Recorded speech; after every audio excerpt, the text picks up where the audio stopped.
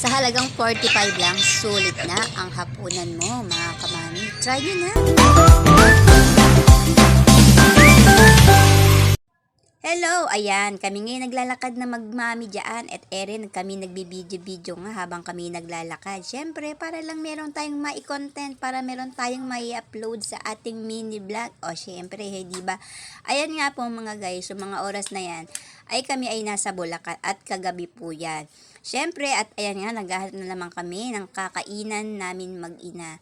O pwede kaming bumili ng aming magiging hapunan. Siyempre, ang naisip namin ay dun sa rice mix na lagi naming binibilan. Kaya ere, lakad-lakad kaming mag-ina.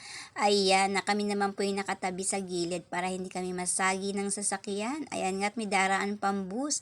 At ayan nga po, habang kami naglalakad mag-ina, papunta doon sa binibilan namin ng rice mix, ayan na nga po, at nakarating na rin kami. Medyo malayo lang siya ng kaunti mga kamamis. Ayan.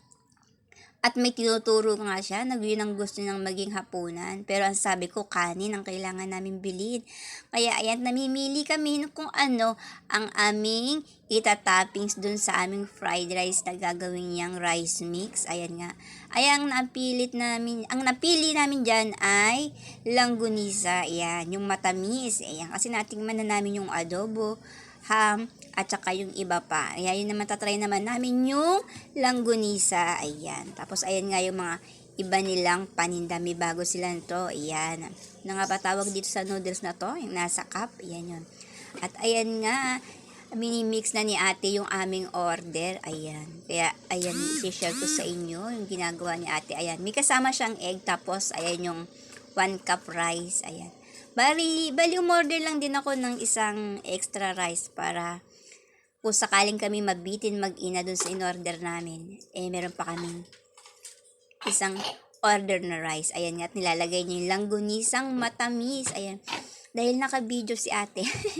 At nilagdagan naman niya yung aming toppings na pinakalanggunisa. Ayan, ganyan yung ginagawa nila mga kamami dun sa rice mix. Ayan. Tapos, lalagyan niya ng mga pampasarap. Tapos, tsaka niya imimix ngayon. Ganyan yung ginagawa nila dun pag umorder kayo ng rice mix. Pero masasabi ko lang sa inyo, mga kamami ko dyan, masarap yung rice mix nila. Ayan. Dito nga po yan sa may Bulacan. At yun lang po ang aming ino-order o kinakain pag po kami ay maghahaponan sa halagang 45.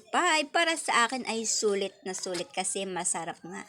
At ayan nga, minimix na ni ate yung aming order na rice mix. Ayan.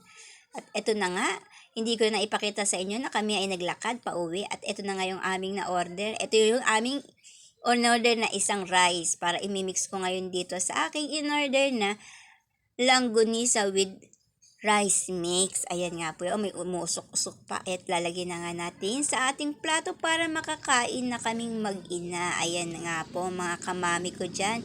Yan po ang aking in-order ngayon. Para sabihin ko sa inyo mga kami, masarap po siya. Ayan.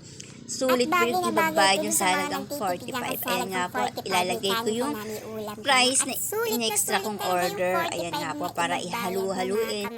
At bagay na bagay ito kung kayo ay magagawin sa Bulacan, i-try nyo rin siya mga kamami ko dyan, mga kasi sulit na sulit na masarap siya, maraming pag-ipilian na pwede yung toppings. Dun sa inyo kayo ay magagawin sa Bulacan, i-try nyo rin siya mga kamami ko dyan. Kain muna tayo mga kamami. Masarap siya, maraming pagpipilian na pwede yung toppings dun sa inyong magiging rice mix. O ayan, ready na. O tara, kain muna tayo mga kamami.